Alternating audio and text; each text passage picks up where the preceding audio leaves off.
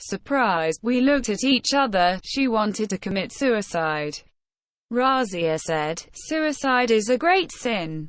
That world you must suffer.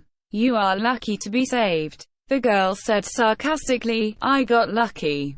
You take me back to this hell." She got up and headed for the sea again. Razia held her and said firmly, "Where?" The girl violently pulled out her hand and said, "I finishing what you did unfinished. You want to stop me and I will commit suicide in another way and place." Razia said more calmly and kindly this time, "Are you really so eager to die? Those around you are not important to you.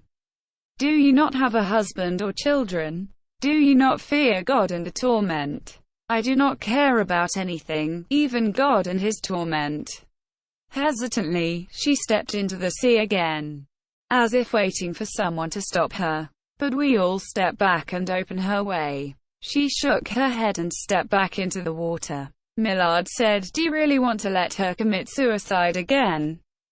Can you stand it?" I said, "When she does not want to and we saved her with this misfortune, she says do not kill herself here, she will do it elsewhere. What should we do? Do we hold it by force?" Razia said, "We will call her family, we will inform the police." Then she continued to the girl, "At least tell me your name, who should we call to follow you?" The girl turned to her and laughed and said, "When my body was thrown back into the water, inform the police, they will find them through the license plate and documents of the car."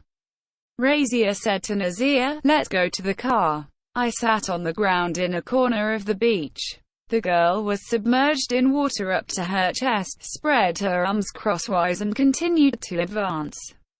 This time the girls could not bear it and ran towards her. She threw herself into the water when Helena, Donya, Irusha and Mayim caught her.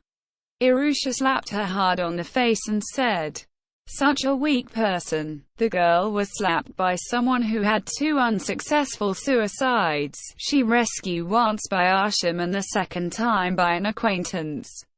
The girl started crying and said, "Why can't I be comfortable? It has nothing to do with you. Damn you." Irusha rolled up her sleeves and put her forearm and wrist in front of the girl's eyes and said, "Do you see these? Scar of a knife and a blade. I also committed suicide twice, but to save me. You see this boy? He is my brother. He is ready to die for me. When he saved me, I hated that he brought me back to this world, but now 5 years have passed since my second suicide. By the way, these girls and boys are all our friends. I have no kinship or love with any of them.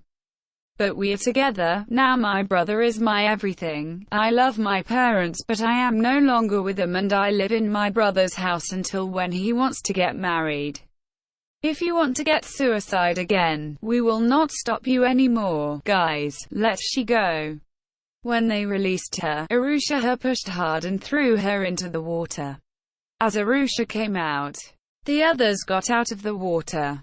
Razia and Nazir returned after a while. Nazir asked, "Where is she?" Navab said, "Went to die." Razia looked at our faces and said, "Her car was locked. We just gave her license plate to the police. At least wait for her body to come to the water and get it. Her body is swollen." Hearing the sound of ambulance and police sirens, we turned our heads in that direction. Asham said, "Girls, get your mantos sooner and tidy yourself up, so that another evil does not happen to us." They ran to where we were sitting. The police were checking the car and the emergency services were coming towards us. My eyes were on the sea. When I saw it, I said, "Girl is alive." Nazir and Razia turned their heads towards her. Razia went to her. The girl threw herself in her arms and began to cry. When the emergency services arrived,